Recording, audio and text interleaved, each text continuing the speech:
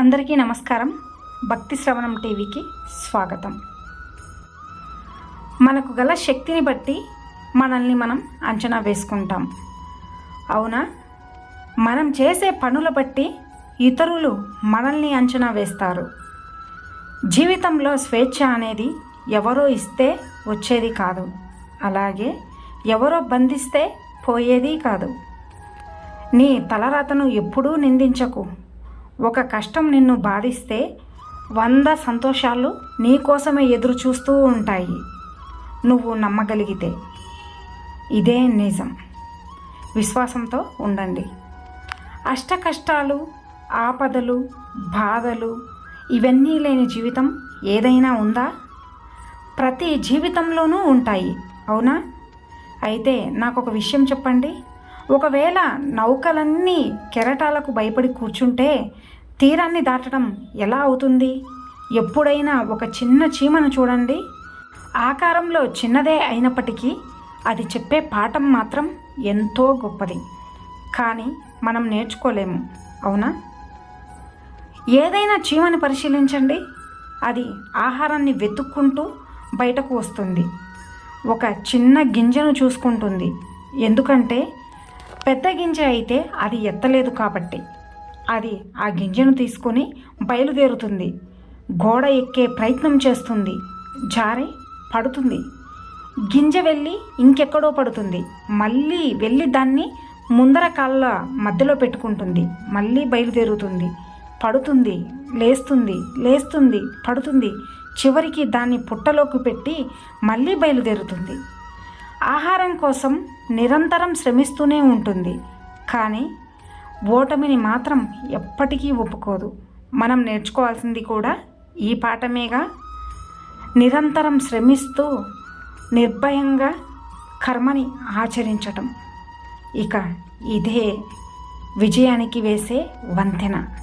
అదే విజయానికి గురి తప్పని అజేయ బ్రహ్మాస్త్రం.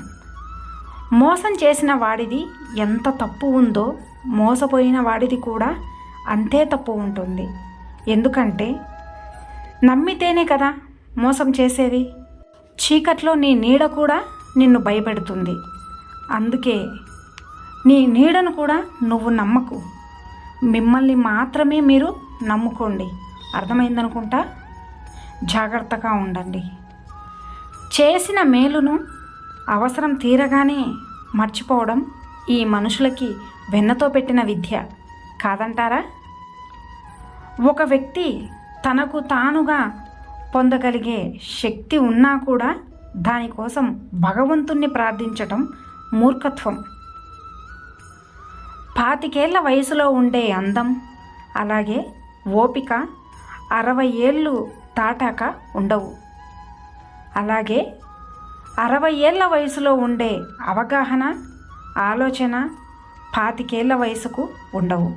అందుకే పెద్దవారు చెప్తూ ఉంటారు, అది చేయొద్దు, ఇది చేయొద్దు అని, ఇలా ఉండొద్దు, అలా ఉండొద్దు అని. వారిని అర్థం చేసుకోండి, అంతేకాని తప్పుగా అర్థం చేసుకోకండి. వారు కోల్పోయిన జీవితాన్ని, వారు చేసిన తప్పుల వల్ల వచ్చిన అనుభవాన్ని ఎప్పుడూ కూడా మీతో పంచుకుంటూ ఉంటారు. మీరు అలా చేయొద్దని, వారిలా జీవితాన్ని కోల్పోవద్దని ఆశిస్తూ ఉంటారు. వారి స్వార్థం ఏమీ ఉండదు, కానీ మీరు మాత్రం వారిని తప్పుగా అర్థం చేసుకుంటూ ఉంటారు. మీ భవిష్యత్తు గురించే అర్థం చేసుకోండి, ఆలోచించండి, ఆచరించండి. అలానే పెద్దలని గౌరవించండి. పిల్లల చిరునవ్వు పెద్దల ఆశీర్వాదాలు భగవంతుడి వరాలతో సమానం, గుర్తుంచుకోండి. స్త్రీలు వెంటపడి విసిగించేవాడు ఏదో ఒకరోజు తప్పకుండా సర్వనాశనం అవుతాడు, గుర్తుంచుకోండి.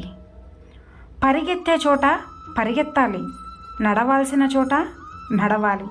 అంతేకాని పరుగు పందెంలో కూడా పాకుతూ పోతానంటే నీ గమ్యాన్ని తప్పకుండా చేరగలవు, కానీ విజేత మాత్రం ఎప్పటికీ అవ్వలేవు. అర్థమైందనుకుంటా. కొడితే బలంపై కొట్టండి, వీరులుగా మిగిలిపోతారు.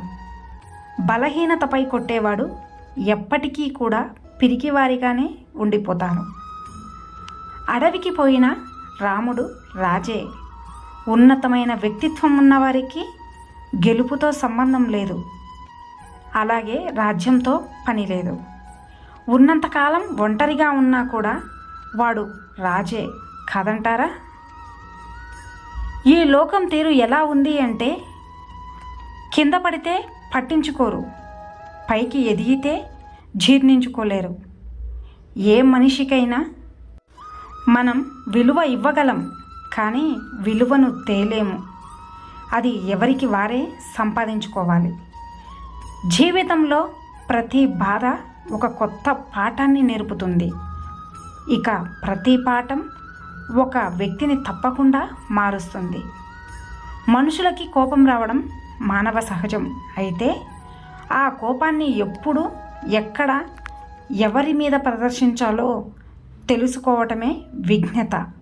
అర్థమైందనుకుంటా.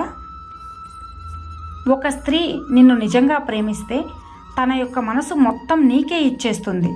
అందులో ఏ కోరికలు ఉండవు. నీ దగ్గర ఏదో కోరుకొని, ఏదో ఆశించి మిమ్మల్ని ఇష్టపడుతుంది అంటే కేవలం మిమ్మల్ని ప్రేమిస్తున్నట్లు నటిస్తుందని అర్థం. గుర్తుంచుకోండి. ఆగని కాలం కోసం ఆలోచన ఎందుకు? సాగనివ్వు. జీవితాన్ని ఆటంకాల సుడి నుంచి ఆనందాల దారిలోకి. కనిపించని ప్రపంచం ఇంకా చాలా ఉంది. అలా కృంగిపోతే ఎలా? ధైర్యంతో ముందుకు అడుగు వేయండి. రండి, ఇక అందరూ నాతో పాటు ప్రేమతో ధ్యానించండి. రాధాకృష్ణ. ఇన్ని మంచి సూక్తులలో మీకు ఏ సూక్తి నచ్చినదో కింద కామెంట్ చేయండి. అలాగే ఈ వీడియో కనుక మీకు నచ్చినట్లయితే ఈ వీడియోకి ఒక లైక్ చేసి ఇలాంటి మరిన్ని వీడియోస్ కోసం మన ఛానల్ని సబ్స్క్రైబ్ చేసుకోండి. ధన్యవాదాలు. ఓం నమో భగవతే వాసుదేవాయ. ఓం నమో భగవతే లక్ష్మీనారాయణాయ.